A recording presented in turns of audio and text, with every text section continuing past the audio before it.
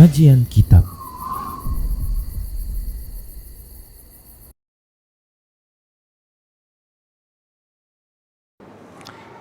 Assalamualaikum warahmatullahi wabarakatuh. Innal hamdalillah nahmaduhu wa nasta'inuhu wa nastaghfiruh wa na'udzu billahi min syururi anfusina wa sayyiati a'malina may yahdihillahu fahuwal muhtadi wa may yudlil falan tajida lahu waliyyan mursyida. Asyhadu an la ilaha illallah wahdahu la syarika lah wa asyhadu anna Muhammadan 'abduhu wa rasuluhu alladzi la nabiyya ba'dah. Wa qala Allah subhanahu wa ta'ala ya ayyuhalladzina amanu taqullaha haqqa tuqatih wa la tamutunna illa wa antum muslimun. Ya ayyuhalladzina amanu taqullaha wa qulu qawlan sadida yuslih lakum a'malakum wa yaghfir lakum dhunubakum wa may yuti'illaha wa rasulahu faqad faza fawzan 'azima. Ya ayyuhan nasu taqu rabbakumul ladzi khalaqakum min nafsin wahidah wa khalaqa minha zawjaha wa batha minhuma rijalan katsiran wa nisaa'a wattaqullaha alladzi tasaaluna bihi wal arham innallaha kana 'alaikum raqiba. Amma ba'du, nastaqal hadithi kitabullah wa khairal hadi hadi Muhammad sallallahu alaihi wasallam wa syarral umur muhdatsatuha wa kullu muhdatsatin bid'ah wa kullu bid'atin dhalalah wa kullu dhalatin finnar. Ikhwah rahimanallahu wa iyyakum. Kita masuk pada bab berikutnya, yaitu babut taghridit tahrim al-man wal adha. Bab sangat diharamkannya al-manna, yaitu mengungkit pemberian, wal adha, dan menyakiti. Maksudnya menyakiti hati orang yang kita beri. Allah Subhanahu wa ta'ala firman dalam surah Al-Baqarah ayat 262 sampai 264, alladzina yunfiquna amwalahum fi sabilillah, dan orang-orang yang menafkahkan hartanya di jalan Allah, summa la yutbi'una ma anfaqu, lantas dia tidak mengikuti apa yang telah dia infakkan, manna wala adza, yaitu dengan mengungkit-ungkit dan juga tidak dengan menyakiti menyakiti orang yang diberi. Maksudnya ketika kita memberi seseorang, ya, pertama kita tidak boleh mengungkit-ungkit apa yang telah kita berikan.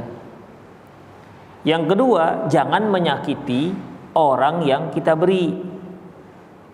Mungkin di antara yang menyakiti itu kalau dia tidak mau difoto ketika menerima, ya, maka jangan dipaksa, walaupun atas alasan dokumentasi. Karena sekarang ini kan memang sangat sering kita lihat ngasih nasi sebungkus, videonya entah kemana-mana, video orang yang menerima, ya, nasi cuma 8.000, tapi video orang yang menerima itu dah di dunia maya tersebar. Kalau dia tidak mempermasalahkan, ya tidak apa-apa.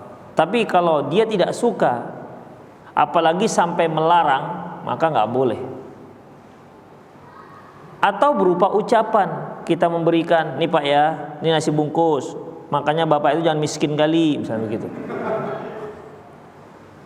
Yang rajin bekerja, ya, ini memberi tapi menyakiti. Demikian ikhwah. Lahum ajrum inda rabbihim. Maka orang yang memberi dengan tidak melakukan manna wala adza, tidak mengungkit-ungkit.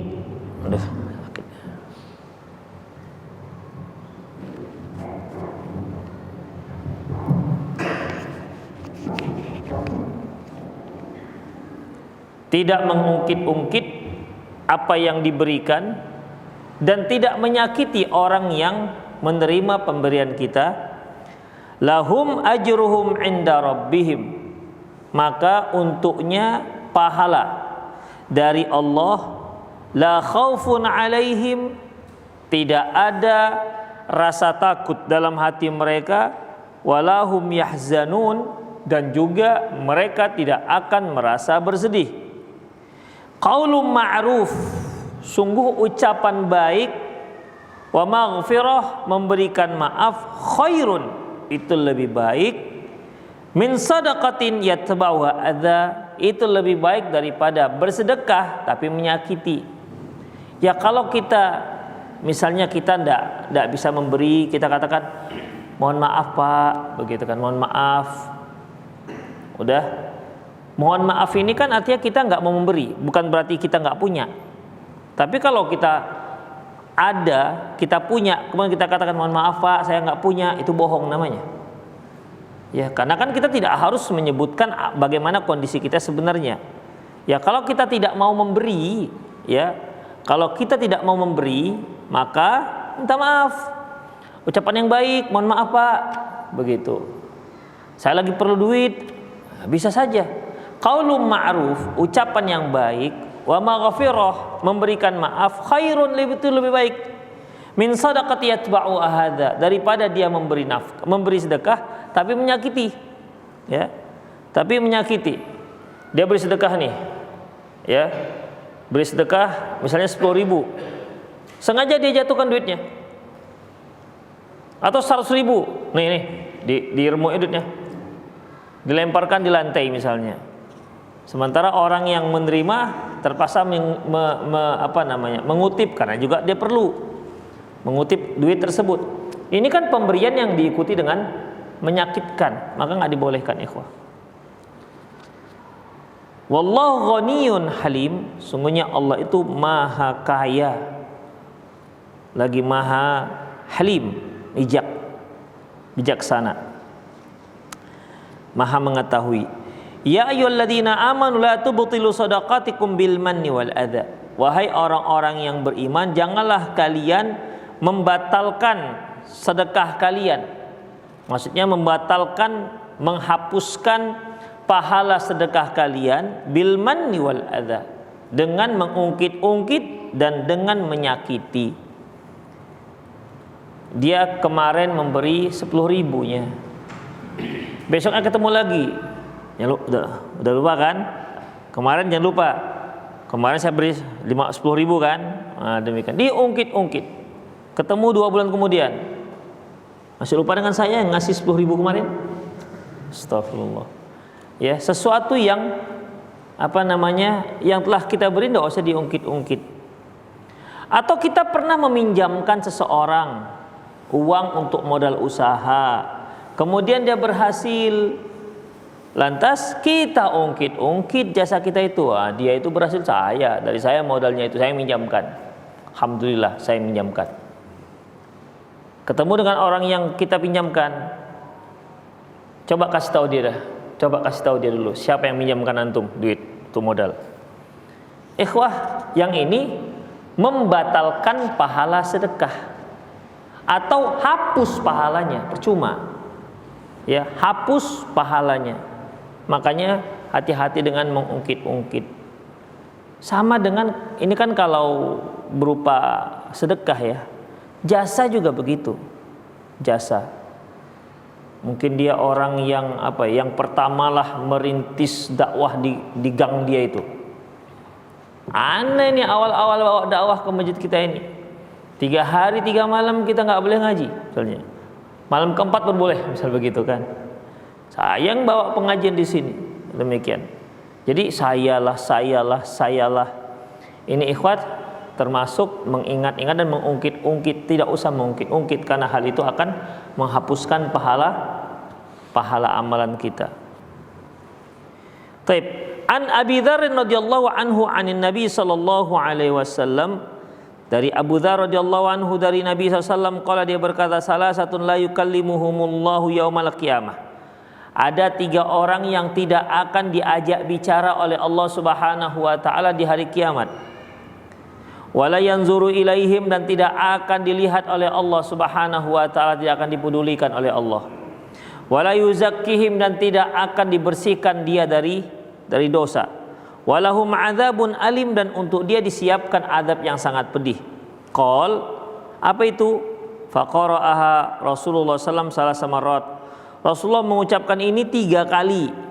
Salasun la yukallimullahu yaumal qiyamati wa la yanzuru ilaihi wa la yuzakkihim wa lahum adzabun alim. 1. Salasatun la yukallimuhumullahu yaumal qiyamati wa la yanzuru ilaihi wa la yuzakkihim wa lahum adzabun alim. Sampai 3 kali beliau mengulang-ulangnya. Qala Abu Dzar berkata, khabu wa khasiru manhum ya Rasulullah. Sungguh rugi dia. Sungguh rugi, kata Abu Dzar. Sampai 3 kali Rasulullah mengulang-ulangnya. Siapa itu ya Rasulullah yang seperti itu? Beliau katakan al-musbil. Al-musbil yaitu mereka yang memakai pakaian sampai melewati batas mata kaki. Itu musbil namanya. Ya. Walaupun jumhur ulama menyatakan masuk neraka itu kalau mereka itu khuyala, yaitu sombong. Ya, sombong. Itu jumhur loh yang bilang, ikhwah. Mayoritas ulama menyatakan kalau dia khuyala, sombong, baru masuk neraka. Namun ikhwah, pendapat jumhur ini ya kurang kuat. Karena adanya hadis-hadis yang lain yang menyatakan tanpa pakai khuyala pun dia terancam dengan api neraka. Seperti Umar bin Khattab ketika melihat ada seorang laki-laki memakai pakaian di bawah mata kaki, dia tanya, "Haidta anta? Apakah kamu haid?" Kata laki-laki ini, "Apakah ada laki-laki haid?" Kata Umar, "Kalau kamu enggak haid, kenapa pakaianmu di bawah mata kaki?" Jadi Umar bin Khattab radhiyallahu anhu memahami bahwasanya perbedaan antara baju laki-laki dengan baju perempuan yaitu di ujung kainnya. Kalau perempuan di bawah mata kaki, kalau laki-laki di atas mata kaki.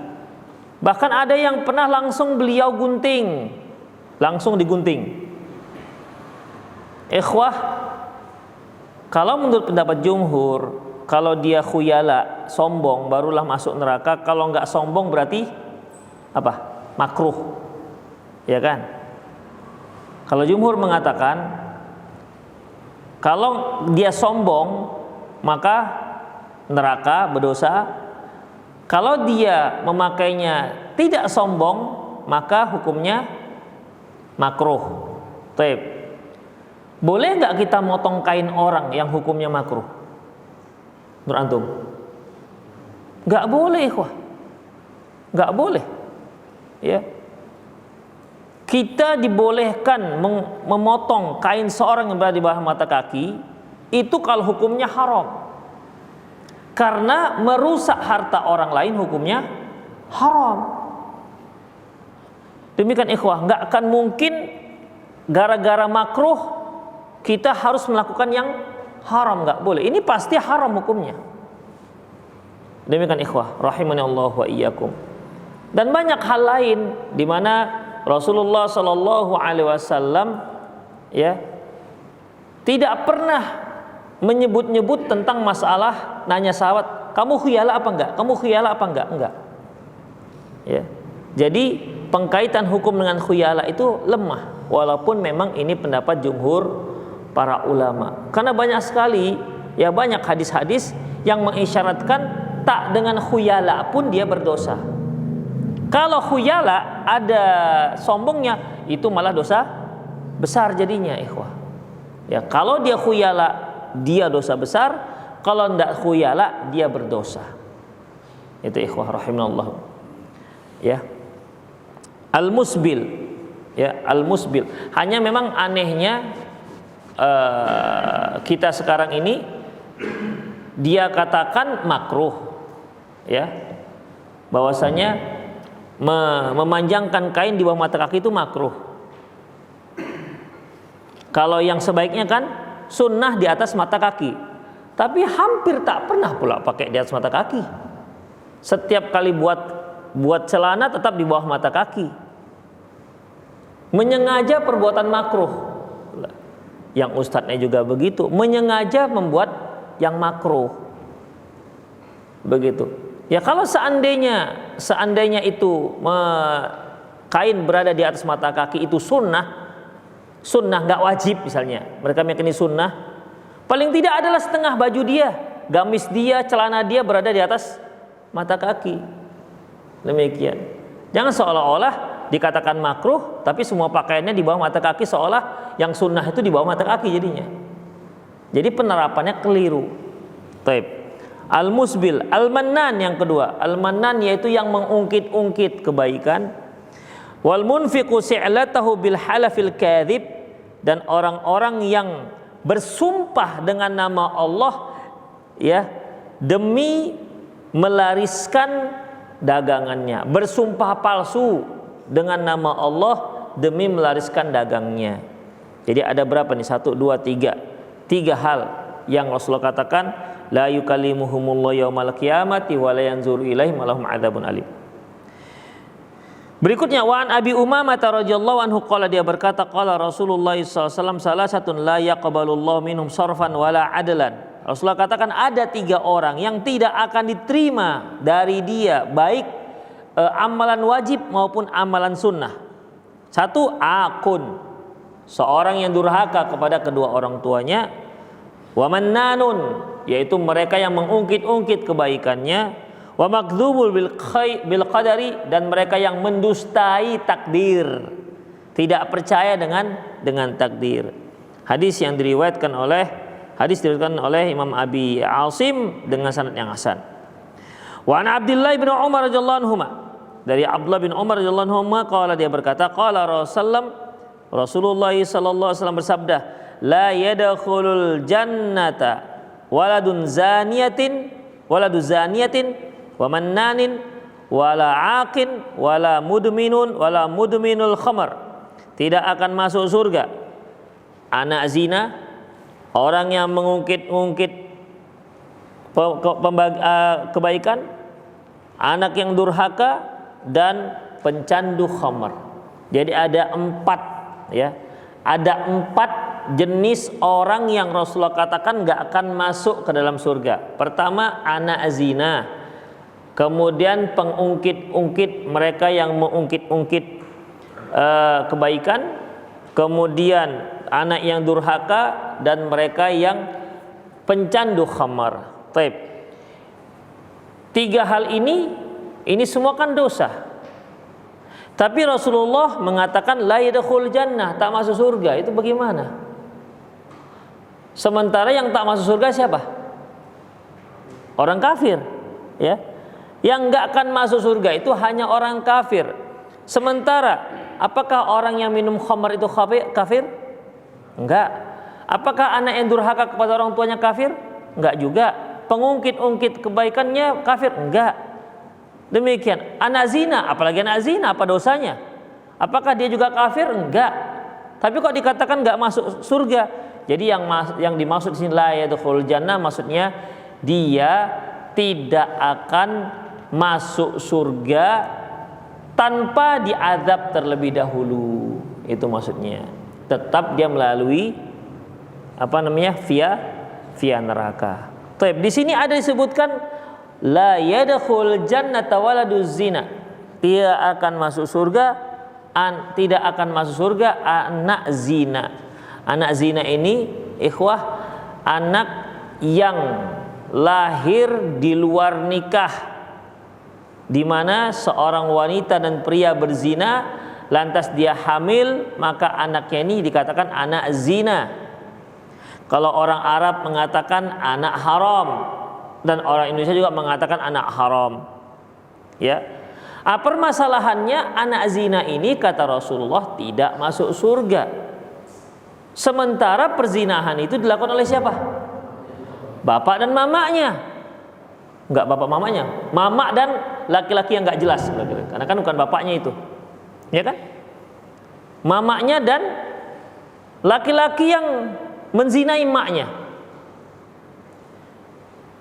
Apa dosa dia si anak ini? Dia sama sekali enggak ada ikut-ikut dalam masalah itu. Makanya ikhwah rahimallahu wa iyyakum, banyak para ulama yang menyatakan hadis ini hadis dhaif. Hadis yang menyebutkan la yadkhul jannah waladuz zina tidak akan masuk surga anak hasil zina. Hadis yang ini ikhwah, yang lafaznya seperti ini, banyak para ulama yang menyebutkan hadisnya dhaif, bahkan menyebutkan hadisnya maudhu. Ya, seperti Imam Hakim An-Naisaburi, ya, Ibnu Jauzi, dan banyak ulama-ulama yang lain. Alasannya mengapa ikhwah? Mereka mengatakan hadis ini asal sanadnya dari Suhail bin Abi Fadl bin Abi Saleh. Demikian.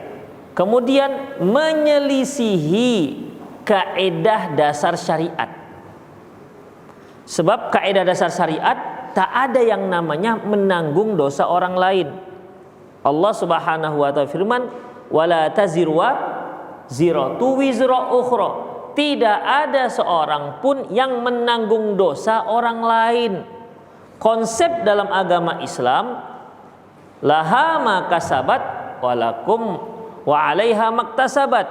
Yang berbuat baik maka dia akan dapatkan ganjarannya, yang berbuat buruk maka dia akan mendapatkan balasannya. Begitu. Jadi siapa yang berbuat, dia menanggung akibat. Itu dia. Tidak ada dalam Islam, ya, tidak ada dalam Islam menanggung dosa orang lain. Kalau sekedar ngomong-ngomong aja, iya, udah antum makan ini, nanti itu dosa, udah kalau itu dosa aku yang nanggung. Itu ngomong-ngomong aja, ya. Masa dia makan mangga orang lantas dikatakan aku nanggung dosa dia? Nggak ada. Ya dia nanggung dosanya sendiri. Demikian ikhwah, itu kan omongan anak-anak dulu kan. Kita ambil mangganya, jadi dosa, aku yang nanggung, ambil aja, kan gitu kan. Itu kan omongan anak-anak dulu. Demikian konsep Islam itu, wala taziru waziratu wizra ukhra. Bahwasanya tidak ada seorang pun yang menanggung dosa orang lain. Demikian ikhwah. Ada lagi hadis yang menyebutkan waladuz zina syarru tsalisah. Anak zina itu orang buruk yang ketiga. Anak zina orang buruk yang ketiga. Kok bisa yang ketiga? Dua lagi siapa? Bapak, mamanya, si laki-laki yang zina mamanya, dia yang ketiga. Demikian ikhwah. Hadis ini umumnya hadis antara hadis lemah dengan hadis palsu. Tapi ada yang mensahihkan hadis ini, menghasankan. Di antara Syekh Albani ini ya hadisnya. Beliau mengatakan hadis hasan bisyawahidihi, dengan berbagai macam penguat-penguatnya. Kalaupun hadis ini dikatakan hadis hasan, ikhwah, maksudnya bagaimana? Maksudnya pertama, ala sabil ghalib, yaitu umumnya anak zina itu, ya, umumnya anak zina itu gak masuk surga. Artinya apa? Anak zina itu karena bibitnya bibit haram, jadi tobiatnya juga tobiat lebih cenderung kepada perbuatan maksiat. Demikian ikhwah. Bahkan ada yang menyebutkan lebih mendingan kedua orang tua. Ada lagi menyebutkan bahwasanya anak zina ini tak akan masuk surga kalau dia juga berbuat zina seperti orang tuanya. Bahkan dikatakan lebih buruk orang tuanya, ibunya bibitnya bibit halal, ibunya anak halal. Si laki-laki yang menzinai ibunya, kita nggak katakan bapaknya ya, karena bukan bapaknya. Si laki-laki yang menzinai ibunya juga bibitnya bibit halal, dia kan dari anak halal. Udah, tapi mereka berzina. Ini bibitnya bibit haram semua. Berzina lagi lebih parah dibandingkan orang tuanya. Nah, gitulah ikhwah. Ya. Lebih parah. Dengan artian apa? Dari situ kemungkinan, nah ini dia. Kemungkinan dia ini cenderung tobiatnya kepada maksiat itu lebih besar dibandingkan yang lain-lain. Tapi tidak mesti. Demikian ikhwah, tidak mesti. Umumnya demikian ikhwah rahimanallah wa iyyakum. Ada juga yang menyatakan bahwasanya, mengartikan bahwasanya maksud hadis ini yaitu bukan semua orang, bukan semua anak zina itu nggak masuk surga, Tetapi anak zina tertentu, pada waktu itu ada seorang anak zina, ya, dia menyakiti Rasulullah Sallallahu Alaihi Wasallam. Lantas Allah katakan, la yadkhul jannah waladuz zina, enggak masuk surga anak zina. Maksudnya itu si fulan itu yang menyakiti Rasulullah SAW. Jadi para ulama yang menghasankan hadis ini, ya, yang menghasankan hadis ini, mereka mengkompromikan antara hadis ini dengan ayat tadi, wala taziru waziratu wizra ukhra, bahwasanya tidak ada seorang pun yang menanggung dosa orang lain, ya. Ini dikompromikan karena pada dasarnya kan anak zina ini nggak buat salah, yang salah adalah orang tuanya. Terus ini gimana? Kok dia bisa nggak masuk surga? Jadi ikhwah, umumnya pengkompromian yang dilakukan, ya, yaitu artinya pada umumnya anak zina itu memang lebih cenderung pada melakukan kemaksiatan. Itu yang pertama. Yang kedua, diartikan bahwasanya bukan semua anak zina, tapi anak zina tertentu yang pernah menyakiti Rasulullah Sallallahu Alaihi Wasallam. Demikian ikhwah rahimallahu yakum, makna daripada la yadkhul jannah waladuz zina, tidak akan masuk surga anak pelaku anak zina. Demikian ikhwah. Taib. Lantas apakah anak zina itu ada yang soleh? Bisa saja ada yang soleh. Karena Allah sendiri kan mengatakan yukhrijul hayya minal mayyiti wa yukhrijul mayyita minal hayy. Allah itu mengeluarkan yang sesuatu yang mati dari yang hidup dan sesuatu yang hidup dari yang mati. Maksudnya apa ikhwah? Allah Subhanahu wa taala bisa saja melahirkan seorang yang soleh dari orang kafir. Bisa? Siapa contohnya? Hah? Husain Yi. Yang nabi siapa ayahnya yang kafir? Ibrahim. Ya. Nabi Ibrahim ayahnya kafir. Demikian. Dilahirkan kafir itu kan ibaratnya mati. Ya, kafir itu ibaratnya mati. Lahir dari dia anak yang hidup, anak yang soleh, dia Nabi Ibrahim. Terus dari anak yang soleh lahir anak yang kafir. Siapa? Nabi Nuh. Demikian ikhwah, ya, Nabi Nuh.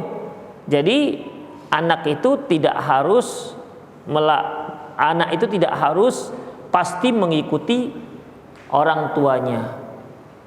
Tetapi umumnya buah itu tidak jauh dari pohonnya.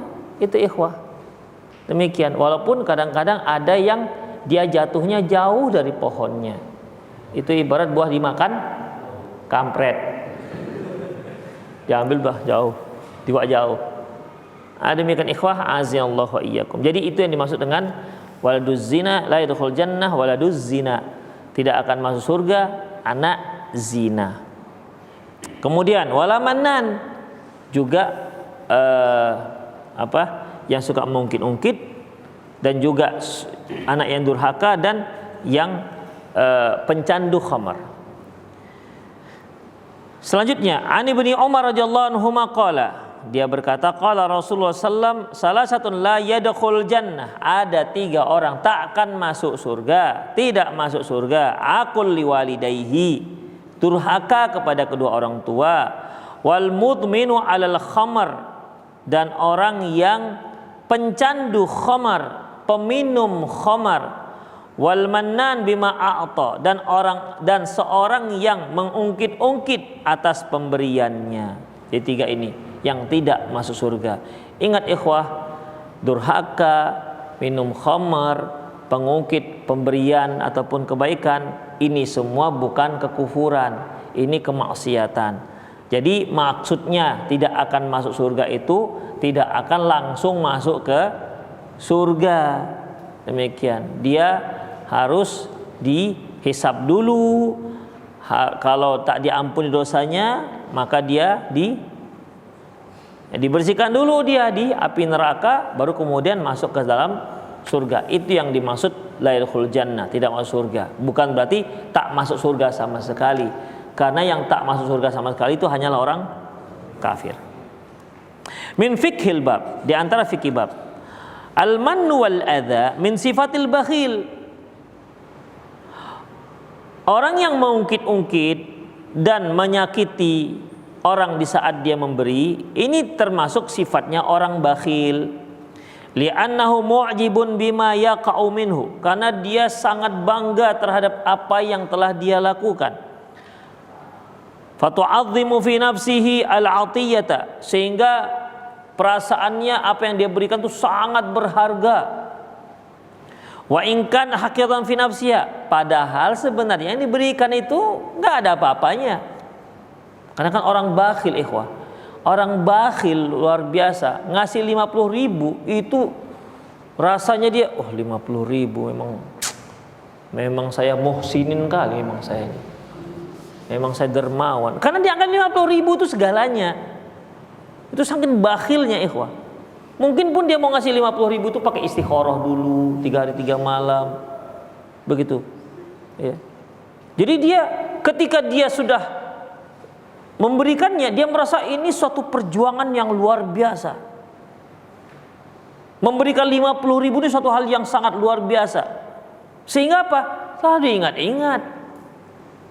Dulu tuh masjid, awak ikut sedekah lah. Berapa bang? 50.000. Berapa kali? Ya sekali aja itu. Masjid harga 500 miliar, dia cuma limpul ngasihnya. Tapi diingat-ingat apa yang dikasihnya limpul itu. Limpul cuman, limpul 1000. Demikian. Tidaklah seorang mengungkit-ungkit apa yang dia berikan, kecuali karena kan menurut dia itu suatu hal yang sangat besar. Itulah bakhilnya itu. Ada orang yang ngasih 1 miliar, seperti nggak memberikan apa-apa dia, macam nggak diingat-ingatnya. Begitu. Awak ngasih kadang 5.000, masya Allah, terkenang-kenang sebulan setengah, 5.000 peraknya paling. Itulah ikhwah. Itu tandanya kita itu bakhil, ya, bakhil. Jadi kata Syekh di sini bahwasanya kenapa orang-orang kenapa ada orang yang mengungkit-ungkit, mengingat-ingat pemberiannya, itu menunjukkan dia itu bakhil, ya. Fayattabi'u nafsu bil manni wal adza, sehingga karena dia anggap itu suatu hal yang besar, maka apa yang dilakukan? Dia ungkit-ungkit, dia sakiti orang yang dia beri. Lidhannihi annahu al-mun'am al-mutafaddal, karena dia mengira bahwasanya apa yang diberikan itu luar biasa. Itu dia. Yang kedua, tahrimul manni wal adza, haram hukumnya mengungkit-ungkit perbuatan baik, wal adza, dan menyakiti orang lain. Li'annahuma yubtilani syukra wa yahbitanil ajr, karena keduanya itu bisa membatalkan syukur dan menghilangkan pahala. Kama qala ba'duhum, sebagaimana dikatakan sebagian orang, afsadat bil manni ma asdaita min hasan, sungguh mengungkit itu telah menghancurkan, menghapuskan kebaikan, banyak kebaikan-kebaikan. Laisal karimu idza asda bil mannan, tidaklah dikatakan orang yang dermawan kalau dia ikuti dengan mengungkit-ungkit. Nomor 3, al-qaulu thayyib khairum min sadaqatil lati yatba'uha mannun wa adza. Sungguh perkataan yang baik, ya, perkataan yang baik, min sadaqah, itu jauh lebih baik daripada bersedekah tapi kemudian diungkit-ungkit. Artinya kita tidak memberi.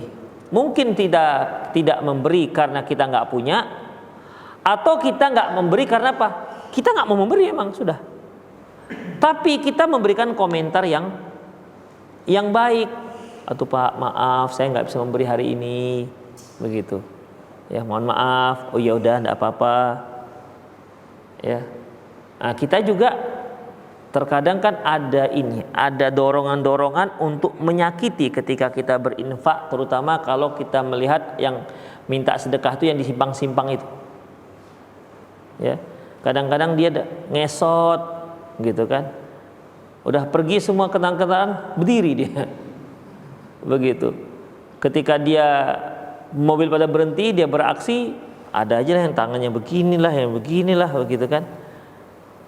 Demikian ikhwah. Setelah pergi kendaraannya normal semuanya. Kadang-kadang kan kita emosi juga kan. Hingga akhirnya kita itu tidak tertarik untuk memberi. Kenapa? Curiga duluan. Betul nggak dia ini? Betul nggak dia ini? Demikian ikhwah. Kalau kita nggak memberi, udah antum naik mobil nggak usah dibuka, ya. Jadi jangan sampai antum menyakiti. Antum di simpangan tiba-tiba datang manusia silver. Antum buka pintu, ente nggak ada kerjaan, mandi-mandi chat kayak gini. Begitu. Kamu nggak ngasih ya sudah, nggak usah ngomelin orang. Serah dia mau pakai silver, mau pakai emas, terserah. Demikian. Sekarang setiap simpang ada itu. Kadang-kadang awal-awal laku itu, ya. Pokoknya jalanmu jangan macam-macam robot-robot gitu kan. Demikian. Ikhwah. Nah sekarang yang banyak itu pakai yang boneka-boneka itu, yang gini aja mulutnya. Demikian. Jadi ya kalau mau kita kasih, kalau nggak kasih ya sudah, ya. Jangan disakiti orang yang kita berikan. Baik. Yang ketiga, udah tadi ya. Liqauli ta'ala, berdasarkan firman Allah Subhanahu wa taala, qaulun ma'rufun wa maghfiratun, ucapan yang baik dan memberikan maaf, khairun, itu lebih baik min sadaqati yatba'u hadza, ketimbang kita memberi tapi kita mengikuti dengan menyakiti. Wa sadaqa Abu Bakar Al-Warraq Al-Qail, benar Abu Bakar Al-Warraq yang mengatakan ahsin min kulli hasanin fi kulli waqtin wa zamanin, berbuat baiklah kalian dengan semua jenis perbuatan baik di setiap waktu dan di setiap zaman. Wa sani'atun marbubatun khaliyatun mil manni, pemberian seorang hamba itu haruslah bersih daripada pengungkitan. Nomor 4, al-infaqu fi sabilillah min sana'il ma'ruf, infak di jalan Allah termasuk perbuatan ma'ruf, allati taqarraba ilallahi, yang termasuk pendekatan diri kepada Allah. Wattaqiyyu musari'us su', dan dia juga penghalang dari hal-hal yang buruk. Fayambagi an takuna khalisatan liwajhillahil karim, maka hendaklah itu dilakukan ikhlas karena Allah Subhanahu wa taala. Allah berfirman, alladzina yunfiquna amwalahum fi sabilillah, dan orang-orang yang menafkahkan hartanya di jalan Allah, summa la yatbi'una ma anfaqu manna wala adza, lantas dia mengikutinya, kemudian dia tidak mengikuti pemberian tersebut dengan mengungkit dan menyakiti, lahum ajruhum inda rabbihim, sungguh untuk mereka pahala dari sisi Allah, wala khaufun, tidak ada rasa takut, alaihim, pada diri mereka, wala hum yahzanun, dan mereka juga tidak pernah merasa bersedih. Jadi intinya ikhwah rahimanallah wa iyyakum, kalau kita mau memberi, berilah, ya. Kalau kita merasa ragu akan kejujuran, maka tak usah beri. Kalau kita beri, jangan menyakiti. Kalau kita tidak memberi, maka minta maaf dan juga jangan menyakiti. Demikian ikhwah, ya. Dan ketika kita ragu juga jangan menuduh.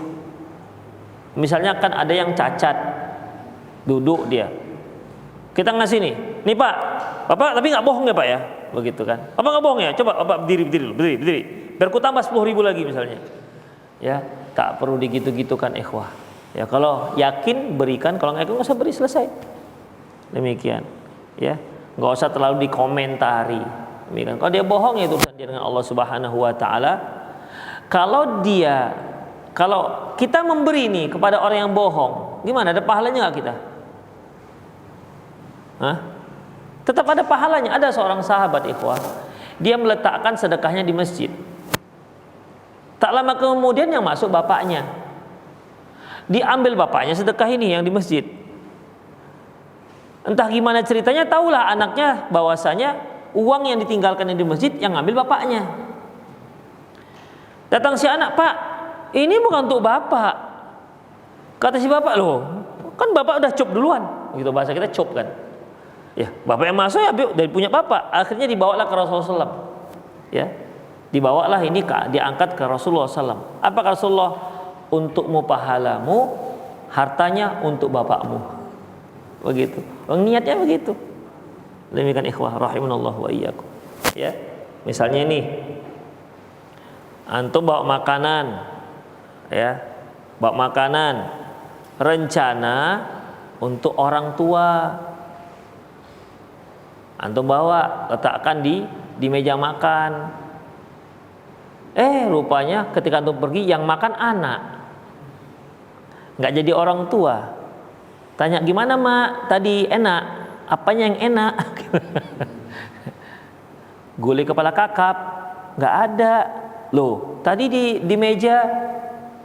Tanyalah kan, rupanya anaknya yang sedang masa pertumbuhan, dihabiskan anaknya. Ya sudah. Ada enggak pahala bakti dia kepada orang tuanya? Ada, walaupun kepala kakapnya enggak sampai ke orang tuanya. Kepala kakapnya sampai ke anaknya. Nah, demikian. Tapi jangan ada rekayasa ya. Ini nak sebenarnya mau untuk mama, tapi nanti kau ambil nanti ya. Nah, itu janganlah. Itu rekayasa nggak akan dapat. Ini tanpa ada rekayasa. Jadi kalau kita bersedekah, ya kalaupun dia berbohong itu urusan dia dengan Allah Subhanahu wa taala. Insyaallah pahala kita sampai sesuai dengan niat kita. Innamal a'malu binniyah wa innamal likulli imrin ma nawa. Sesungguhnya setiap amalan itu disertai dengan niat masing-masing orang sesuai dengan apa yang dia niatkan. Baik, itu saja ikhwah. Qulu qouli hadza wa astaghfirullah li wa lakum wal muslimin innahu ghafurur rahim. Ada yang mau bertanya silakan. Ya. Berbohong untuk nutupi aib siapa? Maksudnya aib dia? Misalnya gimana?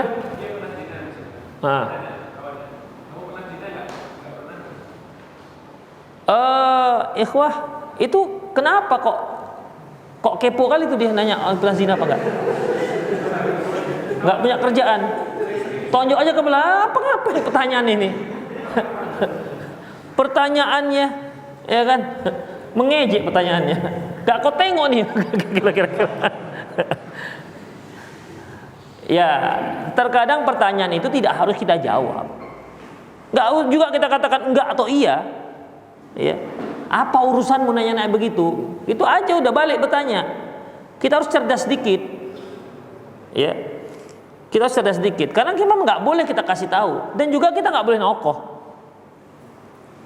Ya, jadi kita kan enggak harus menjawab yang begitu-begitu.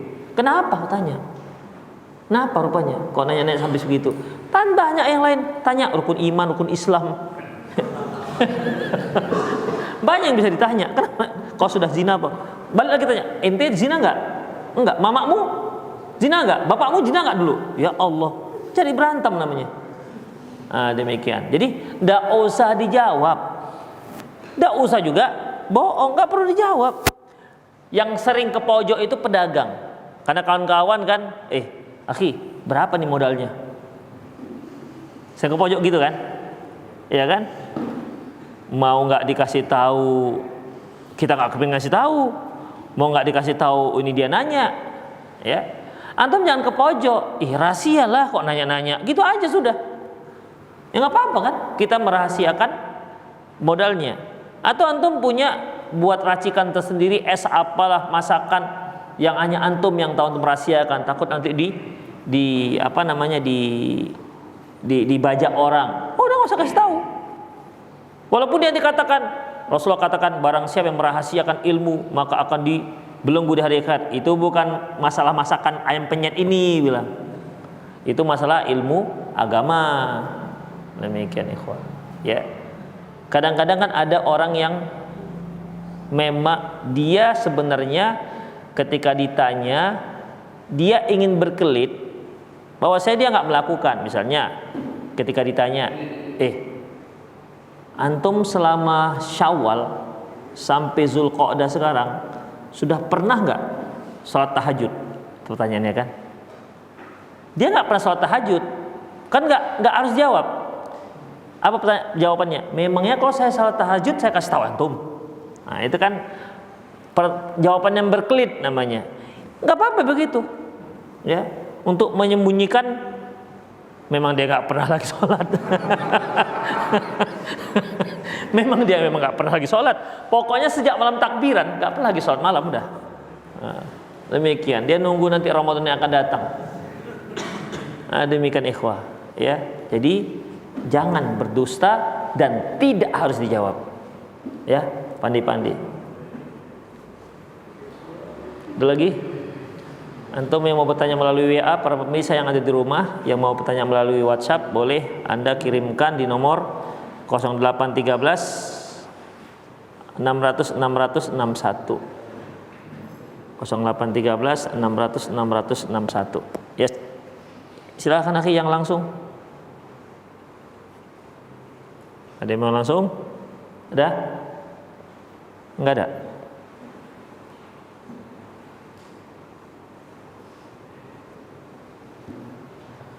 Enggak masuk. Ada lagi? Tadi sebelah sini ada yang mau nanya. Pulang aja kita. Coba saya tengok dulu WA-nya.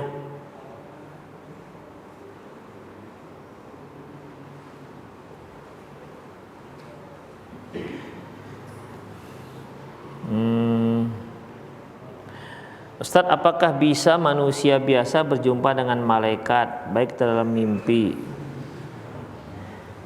Jumpaan malaikat.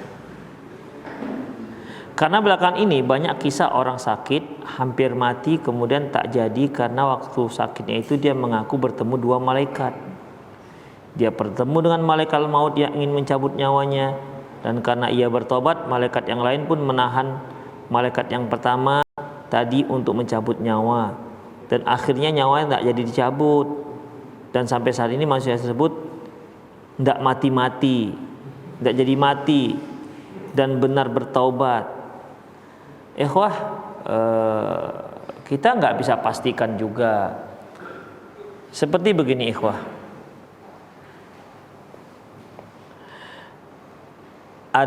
saya punya teman, dia waktu di Pakistan, dia di Kalimantan, ya udah lama nggak ketemu, mungkin 30 tahun.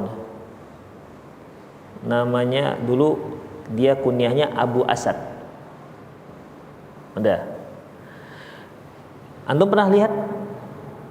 Nggak pernah.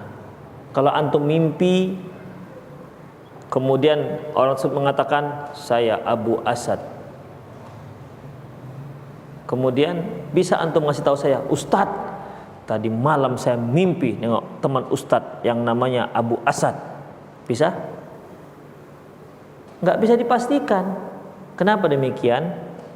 Karena antum nggak pernah ketemu. Sama dengan Rasulullah SAW. Karena Rasulullah katakan, barang siapa yang bermimpi melihatku, maka dia berarti memang benar-benar melihatku, karena setan tidak bisa menyerupai aku. Permasalahannya, yang datang dalam mimpi kita itu yang ngaku-ngaku Rasulullah, itu betul nggak Rasulullah? Demikian. Karena kan kita nggak pernah bertemu dengan beliau. Adapun ciri-ciri yang Rasulullah sebutkan, yang disebutkan oleh para sahabat tentang ciri-ciri fisik Rasulullah, ya semua orang kan bisa saja beda. Misalnya matanya besar, bulu matanya tebal, banyak kan yang seperti itu. Nah, demikian ikhwah. Jadi apakah mungkin manusia bertemu dengan malaikat kalau dalam mimpi? Kalau dalam mimpi itu bisa-bisa aja ikhwah, ya bisa-bisa saja. Tapi apakah itu malaikat betul? Yang satu malaikat maut, yang satu malaikat yang ngalang-ngalangin. Apakah itu dia pasti itu? Belum tentu. Nggak bisa kita pastikan. Demikian ikhwah rahimallahu wa iyyakum. Rasulullah sendiri bertemu dengan malaikat Jibril kan pernah, ya, yang beliau katakan berapa sayapnya? Berapa? 16.000. Satu sayap menutup ufuk, kata beliau. Saking besarnya itu malaikat. Itulah dia. Jadi bukan terus-terusan melihat malaikat. Kemudian adapun bertemu yang sering itu seperti dalam hadis Umar bin Khattab, yaitu yang seorang berupa manusia yang syadidu bayadis sya'r wa syadidu bayadis thawb wa syadidu sawadi sya'r. Seorang asing yang datang, bajunya sangat putih, rambutnya juga sangat hitam. La yura alai atharus safar, enggak diketahui dia itu, enggak ada ciri-ciri orang musafir. Wala ya'rifu minna ahadun, sementara penduduk kota Madinah pun enggak tahu siapa dia. Berarti kan enggak tahu. Dibilang musafir, enggak ada ciri-ciri musafirnya, dikatakan penduduk tempat enggak ada yang kenal. Nah, dia itu adalah Jibril yang bertanya kepada Rasulullah, "Ya Muhammad, akhbirni anil Islam wa akhbirni anil iman wa akhbirni anil Islam ihsan wa akhbirni an yaumil qiyamah," ya, tentang hari kiamat. Itu kan malaikat Jibril. Tapi kan dia dalam bentuk manusia. Demikian ikhwah, rahimanallah wa iyyakum. Jadi kalau dalam mimpi bisa-bisa saja, ya. Nah, ini bentuknya ketika dia bertumpai ini, dalam mimpinya bentuknya bentuk apa sekarang? Manusia. Kalau dia bentuk manusia, malaikat itu bukan bentuk manusia, karena manusia tak punya sayap. Itu ikhwah. Jadi bisa aja dia bertemu dengan malaikat, tetapi dalam bentuk manusia. Demikian ikhwah. Mungkin saja ini ceritanya, ya. Mungkin saja cerita seperti ini. Ya mungkin memang takdirnya sudah seperti itu, di mana dia mau dicabut oleh malaikat maut, kemudian dihalang-halangi oleh malaikat yang lain. Kok ini macam sinetron jadinya, macam rahasia ilahi lah. Demikian. Jadi ikhwah, ya bisa-bisa saja seperti itu. Tapi apakah dipastikan? Allahu a'lam. Mimpi ini kan bisa iya bisa enggak. Demikian, Allahu a'lam. Yang penting satu hal, yaitu taubatnya, itu dia. Yang penting satu hal, yaitu taubatnya dia. Assalamualaikum, Anda mau bertanya, saya seorang pedagang online, bagaimana hukumnya jika pesanan itu datang pada saat saya sedang berada di masjid? Apakah termasuk larangan jual beli di masjid, dan apakah boleh saya balas pertanyaan membeli dengan produk ketika saya sedang di masjid? Ikhwah, tidak ada transaksi dalam masjid, nggak boleh. Kalau sekedar nanya-nanya nggak apa-apa, tapi ketika transaksi nggak boleh. Transaksi apapun, untuk online gitu kan, ya, online gitu, nggak boleh untuk transaksi.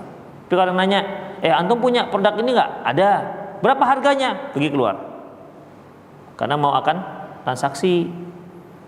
Demikian ikhwah. Termasuk juga antum beli pulsa di masjid nggak boleh. Atau bayar pulsa di masjid juga nggak boleh, karena kan itu termasuk berdagang. Demikian. Allahu a'lam bishawab. Waktu kecil belum diakikah oleh orang tua, apakah boleh akikahkan diri sendiri? Syukron, jazakumullah khairan. Ikhwah, dalam sebuah hadis Rasulullah, ada sebuah hadis menyebutkan kana Rasulullah ya'uqqu nafsahu ba'da nubuwah. Nabi pernah mengakikahkan dirinya setelah kenabian, setelah beliau diangkat menjadi nabi. Hanya saja para ulama banyak yang mendoaifkan hadis ini, ya, banyak yang mendoaifkan hadis ini. Demikian ikhwah.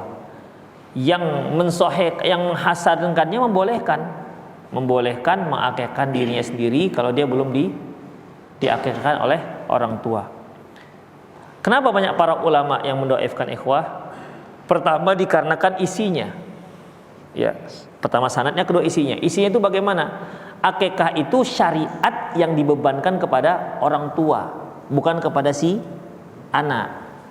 Karena pada dasarnya anak itu adalah, kalau ibaratnya marhunun, dia adalah benda yang tergadaikan. Yang wajib untuk menebusnya adalah orang tua. Itu dia, orang tua. Makanya syariat akikah itu dibebankan kepada orang tua, bukan kepada anak. Demikian. Allahu a'lam bishawab. Bolehkah seorang melakukan umroh sendirian tanpa mahram? Enggak boleh. Ya, yang ada khilafiyah seperti fatwanya Imam Syafi'i yang beliau membolehkan safar wajib. Safar wajib itu safar haji bagi yang belum pernah haji. Itu pun dengan syarat dan ketentuan yang berlaku. Ya, syarat dan ketentuan yang berlaku. Allahu a'lam bishawab. Sering mengingat teman hidup istri yang sudah tiada wafat sehingga masih ada mata, apakah itu termasuk meratapi? Ikhwah, enggak meratapi. Meratapi itu ikhwah sebagaimana sabda Rasulullah ketika wafatnya Ibrahim putra beliau, ya. Apa kata beliau? Innal qalba la yahzun wa innal aina la tadma. Sungguhnya hati itu sedih, mata melinangkan air mata. Wala naqulu illa ma yurdi rabbuna, dan kita enggak boleh mengucapkan kecuali yang diridhoi oleh Tuhan kita. Wa inna bi firaqika lamah ya Ibrahim lamahzunun. Sesungguhnya dengan perpisahan ini wahai Ibrahim sangat kami bersedih. Jadi kalau kita menangis atas mungkin ada orang yang kita cintai, yang kita sayangi diambil oleh Allah, menangis itu enggak meratap. Tapi kalau sampai mengeluarkan ucapan, ya Allah, kenapa harus istriku yang diambil? Istriku ini masya Allah solehah kali. Itu istri tetangga nggak pakai jilbab, nggak mati-mati sampai sekarang. Demikian. Ya kalau itu meratap namanya kalau sampai ucapkan. Tapi kalau sekedar nangis itu bukan meratapi, belum move on. Itu dia. Mungkin lukanya akan terobati ketika datang yang baru. Itu ikhwah. Ya. Yang baru, yang mungkin yang mirip, banyak doalah kepada Allah Subhanahu wa taala, ya, semoga Allah memberikan gantinya. Makanya kita itu ketika ada satu musibah, maka Rasulullah mengajarkan kita doa Allahumma khlufli, Allahumma ajurni fi musibati wa khlufni khairan minhu. Ya Allah, berilah aku pahala atas musibah yang menimpaku dan gantilah dia dengan yang lebih baik daripada itu. Seperti Ummu Salamah, dia ucapkan doa ini, tapi dia mikir, apa ada ya lebih bagus daripada Abu Salamah? Ternyata ada, yang melamar dia adalah Rasulullah sallallahu alaihi wasallam. Ada demikian. Kalau antum kehilangan kereta, hanya kap 700-nya. Ucapkan doa itu, semua gantinya Vario. Gitu. Vario pakai idling stop itu. Lumayan.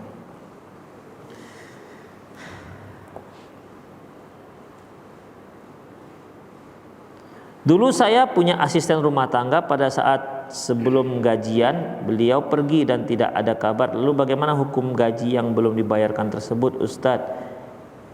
Ya gajinya tetap punya dia, Kak. Nah, antum simpan saja sampai nanti suatu hari ketika dia datang berikan. Itu, ya, berikan.